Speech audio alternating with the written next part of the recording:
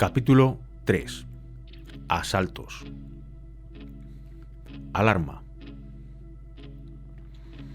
¡Arriba, que tenemos un petrolero! Me desperté en el costado de la embarcación en la que había estado descansando lo que me habían permitido el viento frío y las aguas agitadas. Estaba empapado por el agua propulsada por el motor. Pese a ser el nuevo y estar en mi primera misión, ya dominaba el arte de dormir en toda clase de condiciones. Un don de los SEAL al que se presta poca atención, pero que reviste una importancia fundamental. Ante nosotros había asomado un buque de transporte de petróleo. Lo había avistado un helicóptero mientras trataba de salir a hurtadillas del Golfo, después de descargar de forma ilegal en Irak, y nosotros teníamos la misión de abordarlo, inspeccionar los papeles y, si era verdad, como sospechábamos, que estaba violando las sanciones de la ONU, mandarlo a los marines o a otra autoridad competente para que lo juzgasen. Me puse en pie a la carrera para prepararme. Nuestro RHIB, lancha neumática empleada en diversas misiones de los SEAL, parecía un cruce entre un bote de salvamento de goma y una lancha motora de carreras, con dos motores gigantescos en la popa. Con 10 metros de eslora, puede alojar a 8 combatientes y superar los 45 nudos con el mar en calma. Los gases de escape del motor doble se alzaban por encima del bote y se mezclaban con el agua propulsada a medida que ganábamos velocidad. Andábamos a buen ritmo, siguiendo las aguas del petrolero para que no nos detectara el radar. Puse manos a la obra y tomé una escalera elástica para abordaje. Nuestra embarcación perdió velocidad cuando se situó borda con borda, hasta casi igualar su marcha. Los motores del buque iraquí latían en el agua con tanta fuerza que ahogaban a los nuestros propios.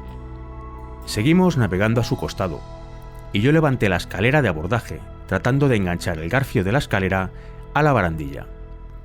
Cuando lo logré, tiré de ella hacia abajo. Lo tengo. La escalera se desplegó al soltar una goma elástica y de este pendía una escala hecha con cable de acero. Alguien agarró la parte inferior y la sostuvo mientras el que iba en cabeza se encaramaba al costado del buque. Tanto es el peso de un petrolero cargado y lo que baja el casco, que a veces no hay más que agarrar la barandilla y saltar al interior. Pero este no era el caso. Entre nuestra lancha y la borda había una distancia considerable. Aunque no me apasionan las alturas, si no pienso demasiado en lo que estoy haciendo, apenas tengo problemas al respecto. La escala no dejaba de sacudirse con el movimiento del barco y el viento. Me impulsé hacia arriba con tanta rapidez como me fue posible, y entonces mis músculos recordaron todas las flexiones de barra que había hecho durante la fase BATS. Cuando llegué a cubierta, los primeros habían echado ya a correr hacia la cámara del timonel y el puente del buque, así que eché a correr para alcanzarlos. De pronto, el petrolero empezó a acelerar. El capitán, que se había dado cuenta demasiado tarde del abordaje, trataba de arrumbar aguas de Irán, pues si lograba alcanzarlas, nos obligaría a saltar. Las órdenes recibidas nos prohibían terminantemente abordar ninguna embarcación fuera de aguas internacionales. Llegué a la cabeza del equipo en el momento mismo en que se plantaban a la puerta del puente. Uno de los tripulantes consiguió alcanzarla a la vez y trató de cerrarla a cal y canto, pero no fue lo bastante rápido o lo bastante fuerte. Uno de los de la unidad de abordaje pateó la puerta y la abrió de un golpe. Yo corrí adentro, con el arma preparada. Habíamos hecho docenas de operaciones similares los días anteriores y raras veces nos había puesto nadie resistencia. Sin embargo, el patrón de aquel buque era peleón, y por más que estaba desarmado, no tenía intención de rendirse. Echó a correr hacia mí. Menuda estupidez. En primer lugar, no solo era yo más corpulento que él, sino que tenía el chaleco antibalas. por no hablar ya del subfusil que llevaba en la mano. De un culatazo tiré al suelo a aquel idiota, y no sé cómo, yo también caí detrás, y mi codo, casualmente, fue a golpearse con su cara un par de veces. Eso lo hizo desistir. Le di la vuelta y lo esposé. El abordaje y registro de embarcaciones, conocido oficialmente como VBSS, visitar, abordar, registrar y apresar, es una de las misiones habituales de los SEAL. Si la Armada regular tiene marinos especialmente adiestrados para llevar a cabo esta labor en tiempos de paz, a nosotros nos instruye para efectuar los registros en lugares en los que es probable topar con resistencia. Y en el invierno que precedió a la guerra, el de 2002-2003, ninguno mejor que las aguas del Golfo Pérsico cercanas a Irak. La ONU calculó después que de este país se sacaron, en contra de las prohibiciones internacionales, miles de millones de dólares en petróleo y otros productos, cuyo importe fue a parar a las arcas del régimen de Saddam. Este escamoteo adoptaba toda clase de formas. No era raro encontrar crudo en buques de transporte de trigo, escondido en bidones, aunque lo más normal era que los petroleros llevaran miles y miles de litros más de lo que les permitía el programa de petróleo por alimentos de la ONU. Y el contrabando no se limitaba a este género.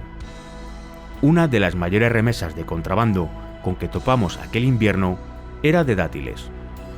Al parecer, podían alcanzar un precio considerable en el mercado mundial. Fue durante los primeros meses de aquella primera misión mía cuando conocí al GROM, Formación Militar Especial GROM, Grupo de Respuesta de Maniobra Operativa de los Paracaidistas Invisibles y Mudos del Ejército Polaco. Son la versión polaca de las Fuerzas Especiales y se han ganado una reputación excelente en operaciones delicadas. Trabajamos juntos en los asaltos. Por lo general, operábamos a bordo de una embarcación de gran porte, que nos servía de base flotante para nuestras lanchas RHIB. La mitad de la sección salía para hacer un turno de 24 horas.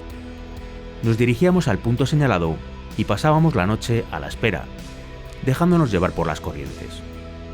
Con suerte, un helicóptero o un barco nos informaba por radio de la salida de Irak de una embarcación con el casco muy hundido en el agua.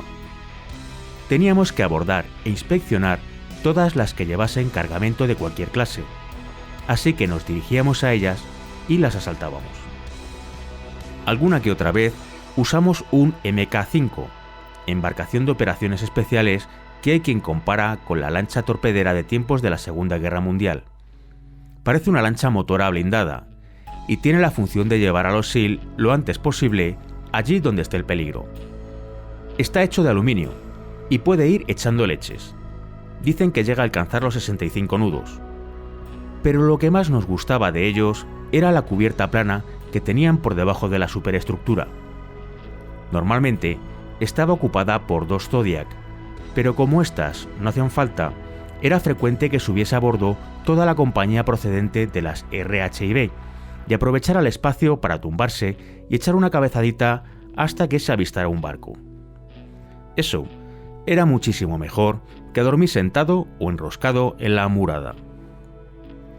El de asaltar barcos en el Golfo acabó por convertirse en un trabajo rutinario. Había noches que hacíamos docenas de abordajes. Sin embargo, el mayor de todos no lo hicimos en Irak, sino a unas 1500 millas de allí, sobre la costa de África. Misiles Scud. A finales del otoño, una sección de los SEAL destinada en Filipinas se colocó sin ser vista al costado de un carguero. Desde ese momento, aquel buque norcoreano podía considerarse objetivo señalado. Aquel barco de 3.500 toneladas tenía un historial interesante de importación y exportación de géneros a Corea del Norte y desde allí. Según cierto rumor, había estado transportando productos químicos que podían usarse para fabricar gas nervioso. aunque en este caso sus papeles declaraban que llevaba cemento. En realidad, iba cargado de misiles Scud. Lo habían seguido por las aguas del Cuerno de África mientras el gobierno de Bush decidía qué hacer con él, y al final el presidente ordenó que había que abordarlo y registrarlo, la clase de trabajo que mejor se le da a los SEAL. Teníamos una sección en Djibouti, que estaba muchísimo más cerca que nosotros del barco, pero por los vericuetos de la cadena de mando, aquella unidad resultó estar trabajando para la infantería de marina cuando la nuestra respondía directamente ante la armada. Nos tocó a nosotros asaltarlo. Es fácil hacerse una idea de la alegría con que nos recibieron los de nuestra sección hermana cuando desembarcamos en Djibouti, teniendo en cuenta que les habíamos robado una misión que consideraban suya y que, además, tenían que sufrir la humillación de ayudarnos a descargar y a prepararnos para entrar en acción. En cuanto salí del avión, vi a un colega y le dije: vete a la mierda. Fue su respuesta. ¿Qué pasa? Que te den. Hasta ahí llegó su acogida. Y lo entendí. A mí, en su lugar, también me habrían llevado todos los demonios. Al final se suavizó la cosa. Lo que los cabreaba no éramos nosotros, sino la situación. A regañadientes, nos ayudaron a disponerlo todo para la misión. Nos montaron en el helicóptero de correo y aprovisionamiento del USS Nassau, embarcación anfibia de asalto destinada en el Océano Índico. Los anfis, como los llamábamos, son barcos de asalto de gran porte que llevan soldados y helicópteros y a veces hasta Harrier de ataque de la infantería de marina. Parecen portaaviones antiguos con cubiertas de vuelo corridas. Son muy grandes y tienen instalaciones de mando y control que pueden servir de puestos avanzados de planificación durante las operaciones de asalto. Hay varias maneras de abordar un barco, según las condiciones y el objetivo. Aunque podíamos haber usado helicópteros para acceder al carguero norcoreano, vimos por las fotos que teníamos de él que por encima de la cubierta había tendidos cables que iban a impedir el aterrizaje, y consideramos que para quitarlos íbamos a tener que alargar demasiado la operación. Además, como queríamos sacar provecho del factor sorpresa, decidimos que sería mejor usar las RHIB. Estuvimos practicando sobre el costado del Nassau con botes que había llevado una unidad especial de embarque. Estas unidades son como el servicio de taxis de los SEAL. Se encargaban de las RHIB, los MK5 y otras embarcaciones de las que usamos, y, entre otras cosas, están equipadas y adiestradas para hacer frente a los fuegos enemigos mientras meten a los SEAL en toda clase de aprietos y los sacan de ellos. El carguero, mientras, seguía navegando hacia nosotros. Nos aviamos al ver que iba quedando a nuestro alcance, dispuestos a atacarlo. Sin embargo, no habíamos tenido tiempo de embarcar en los botes cuando nos llamaron para decirnos que teníamos que esperar, que habían entrado en escena los españoles. ¿Qué? Pues sí. La fragata Navarra se había enfrentado al buque norcoreano, que no había logrado engañar a nadie con lo de navegar sin bandera y con el nombre tapado. Por lo que nos dijeron luego, los soldados españoles de la UOE, Unidad de Operaciones Especiales, habían abordado el carguero al ver que no obedecía a sus órdenes de detenerse. Por supuesto, habían llegado en helicóptero, y tal como habíamos supuesto, lo retrasó el tener que romper los cables que cruzaban de un lado a otro del barco. Por lo que he oído, el capitán del barco tuvo tiempo de deshacerse de los papeles y de otras pruebas que lo incriminaban, y creo que lo hizo. Claro está que entre bastidores pasaban muchas cosas de las que no sabíamos nada, de todo. Nuestra misión cambió enseguida, y en vez de asaltar el buque, nos tocó subir a bordo, despejarlo y destapar lo de los misiles Scud. Nadie diría que pudiera ser fácil encontrar misiles en un barco. Sin embargo, en este caso, no se veían por ningún lado. La bodega estaba llena de sacos de cementos, cientos de miles de sacos de 30 kilos de cemento, y los Scud solo podían estar en un lugar. Comenzamos a mover cemento saco a saco. Así estuvimos 24 horas, sin dormir, mover sacos y más sacos de cemento. Yo debí de cambiar de sitio miles de ellos. Un trabajo deprimente. Estaba cubierto de polvo y no quería ni pensar en cómo debía de tener los pulmones. Al final, encontramos una serie de contenedores bajo la carga. Sacamos linternas y sierras. Yo tenía lo que llamamos una rápida. Es parecida a una motosierra con un disco de radial en el extremo. Lo corta casi todo, incluidos los contenedores de Scud. Así, descubrimos que bajo los sacos de cemento se ocultaban 15 misiles Scud. Yo nunca había visto uno de cerca y, a decir verdad, me parecieron chulísimos. Hicimos fotos y llamamos a los chavales de desactivación de explosivos, los del EOD, Explosive Ordnance Disposal, para que se aseguraran de que no estaban activados. A esas alturas, los de la sección estábamos cubiertos de arriba abajo de polvo de cemento. Algunos de los nuestros subieron a cubierta a limpiarse. Yo no. Dada mi experiencia de buceador, ni se me ocurría arriesgarme sin necesidad. Además, con tanto cemento encima, ¿quién leche sabe lo que puede pasar al llegar al agua? Entregamos el carguero a los marines y volvimos a bordo del USS Nassau. El mando hizo llegar órdenes de sacarnos de allí y enviarnos de nuevo a Kuwait, con la misma prontitud con la que han sido transportados. Todo era mentira, claro. Nos dejaron 2 semanas en el Nassau. Por lo que sea, a la Armada no se le ocurría cómo liberar uno de los tropecientos helicópteros que tenía muertos de asco en la cubierta de vuelo para trasladarnos a Djibouti. Así que tuvimos que pasar el tiempo jugando a las maquinitas y levantando pesas mientras esperábamos. Y durmiendo, claro. Por desgracia, el único juego electrónico que teníamos era el John Madden Football, de fútbol americano. Me hice todo un campeón. Yo, que hasta entonces no me había sentido muy atraído por los videojuegos, soy ya un experto en ellos, y sobre todo en el Maiden. Creo que fue entonces cuando me enganché. Por lo menos, mi mujer sigue achacándolo a las 2 semanas que pasé a bordo del Nassau. Un paréntesis acerca de los Scud. Los misiles iban destinados al Yemen, o al menos eso es lo que nos dijeron en el Yemen. Se han oído rumores de que formaban parte de alguna clase de trato con Libia, que incluía el pago en especie por exiliar a Saddam Hussein, pero no tengo ni idea de si será o no verdad.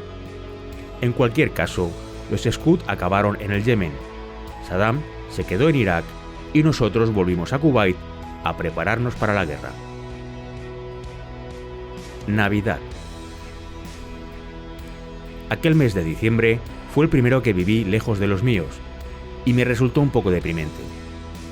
La Nochebuena vino y se fue sin ninguna celebración digna de ser recordada. Sí recuerdo los regalos que envió aquel año la familia Betalla. Eran Hammer teledirigidos, una gozada de juguetitos manejados por radiocontrol.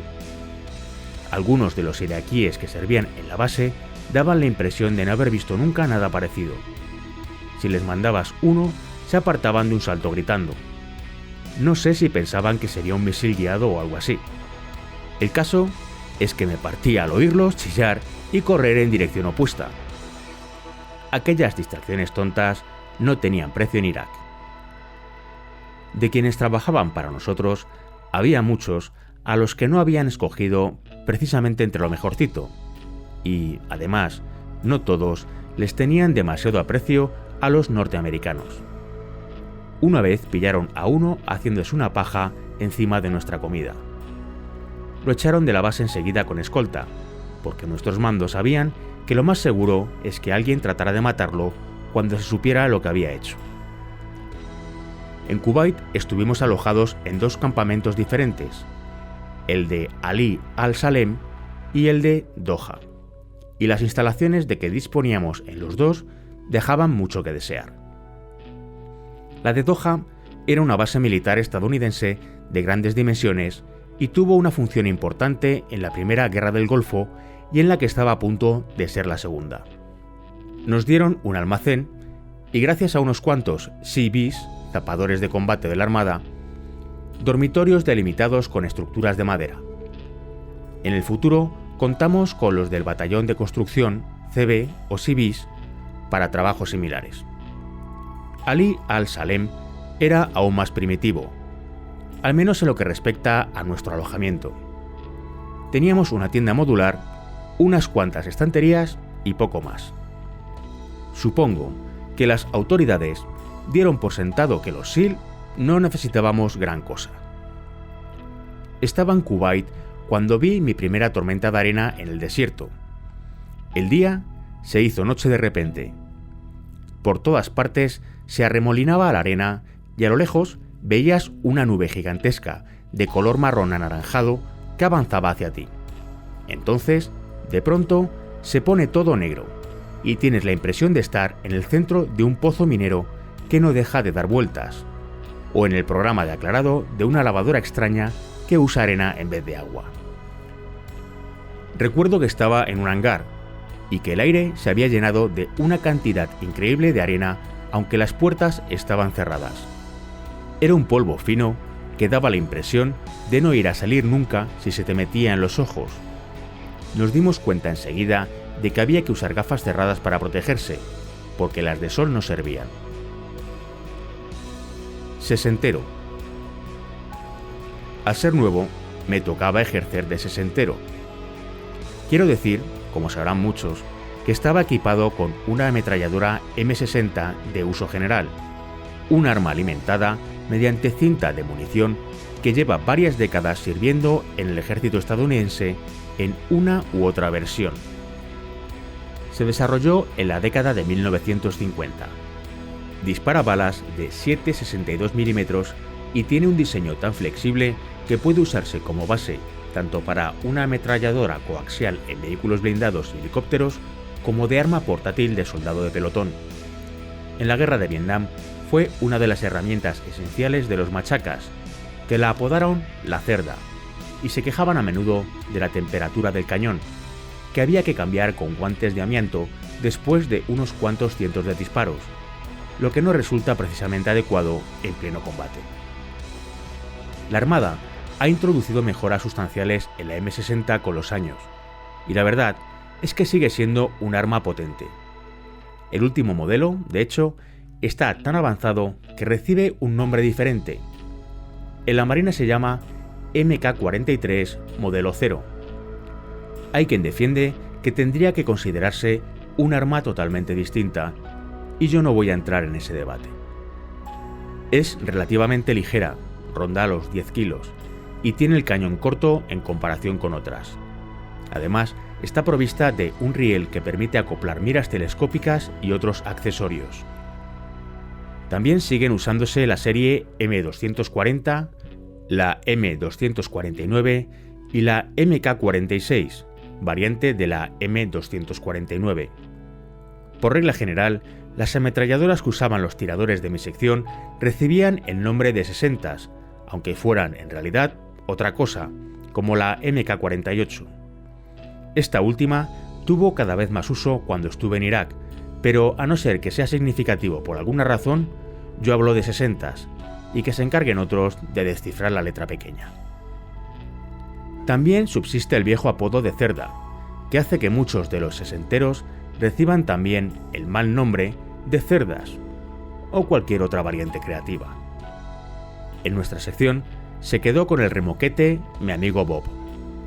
A mí no me ocurrió nunca. Me llamaban Tex, que es uno de los apelativos más aceptables socialmente que he recibido.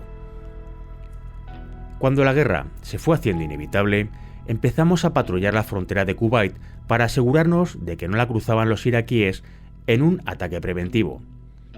También empezamos a adiestrarnos para participar en las hostilidades. Esto comportaba pasar muy buenos ratos en los todoterrenos DPV, conocidos también como los buggies de los SEAL. Estos vehículos de patrulla del desierto, nombre al que deben las siglas, se ven chulísimos desde lo lejos y están mucho mejor equipados que los cuadriciclos comunes. Tienen delante una ametralladora de 12,7 mm y un lanzagranadas MK-19 y detrás una M60. Además, dispone de lanzamisiles Low, armas contra carro ligeras que pueden considerarse hijas espirituales del Bazooka y el Panzerfaust de la Segunda Guerra Mundial. Van montados en soportes especiales en las barras de la estructura superior. Para hacerlo más molón todavía, tiene en todo lo alto una antena de radio y otra de satélite que parece un paraguas. En casi todas las fotografías que se ven de un DPV aparece haciendo un caballito chulísimo mientras salta por encima de una duna.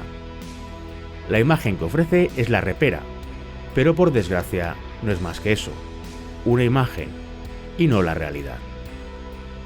Por lo que tengo entendido, los DPV están basados en un diseño empleado en las carreras de Baja California. Sin accesorios, eran guapos a más no poder. El problema es que nosotros no los conducíamos así, y todos los pertrechos que llevábamos pesaban lo suyo. Además de nuestros equipos, transportábamos agua y alimento para subsistir varios días en el desierto, y combustible extra, por no hablar ya de 3 soldados totalmente dotados, el conductor, el acompañante y el tirador para la ametralladora, y en nuestro caso, una bandera de Texas ondeando en la parte de atrás. Mi jefe y yo éramos de allí, y eso lo convertía en accesorio obligatorio. Todo este peso se notaba. Los vehículos usaban un motorcillo Volkswagen que, por lo que yo puedo decir, era una porquería. Lo más seguro es que estuviese bien para un coche, o hasta para un buggy que no tuviera que pisar un campo de combate. Pero en nuestro caso, cuando salíamos 2 o 3 días con un DPV, a la vuelta teníamos que pasar casi siempre el mismo tiempo arreglándolo. No había salida en que no fallara un cojinete o algo por el estilo. El mantenimiento lo teníamos que hacer nosotros mismos, aunque por suerte en nuestra sección había un mecánico titulado que se encargaba de tener siempre a punto los vehículos. Aún así, el mayor inconveniente que presentaban era que solo tenían tracción en 2 ruedas, un verdadero problema a poco que el terreno no fuese del todo duro. En marcha no solía pasar nada, pero en el momento que parábamos teníamos complicaciones. En Kuwait nos pasábamos el día cavando para sacarlos de las dunas. En funcionamiento eran el desmadre. Al ser yo el tirador, ocupaba un asiento elevado detrás del conductor y el copiloto.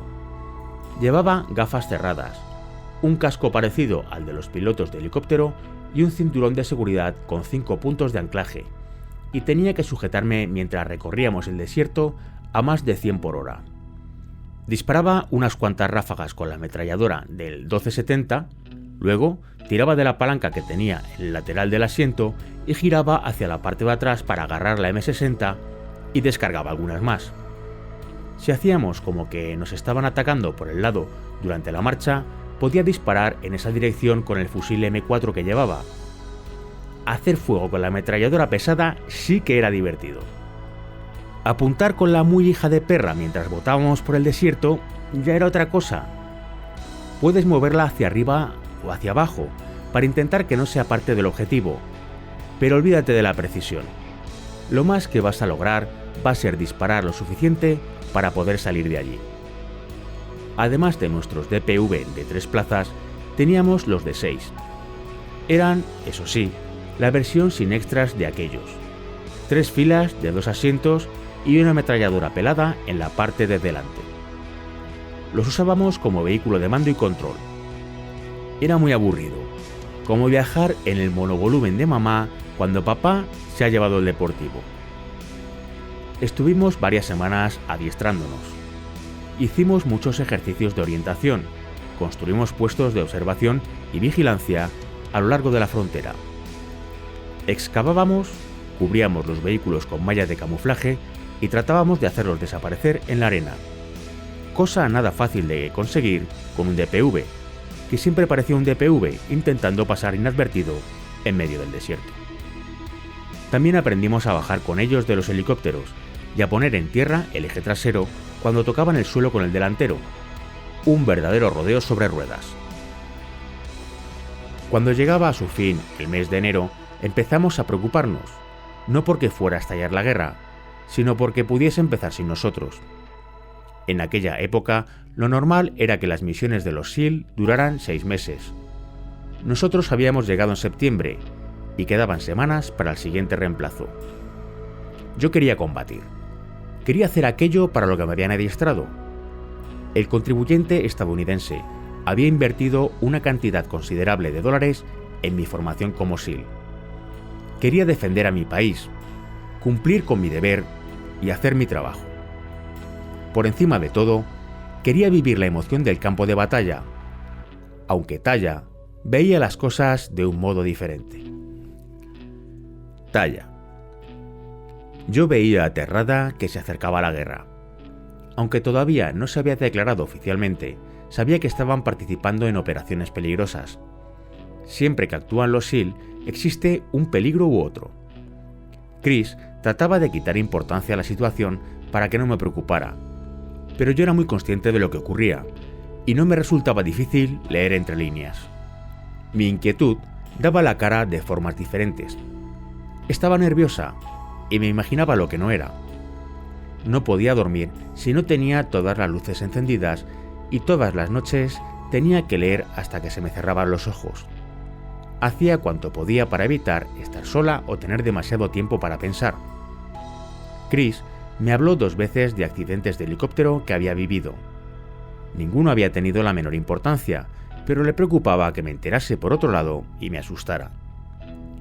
Si salen las noticias, me decía, que sepas que el helicóptero ha tenido un percance menor y que estoy bien. Un día me dijo que tenía que ir otra vez de maniobras con el helicóptero, y a la mañana siguiente anunció la televisión que se había estrellado uno cerca de la frontera y habían muerto todos sus ocupantes. El presentador dijo que iba lleno de soldados de las fuerzas especiales. En el ejército, cuando hablan de fuerzas especiales, se refieren a los soldados de operaciones especiales, pero en las noticias tienen cierta tendencia a usar la expresión para hablar de los SEAL y saqué enseguida mis propias conclusiones. Aquel día no tuve noticias suyas, aunque había prometido llamarme. Me dije a mí misma que no debía preocuparme, que no podía ser él. Me entregué en cuerpo y alma a mi trabajo.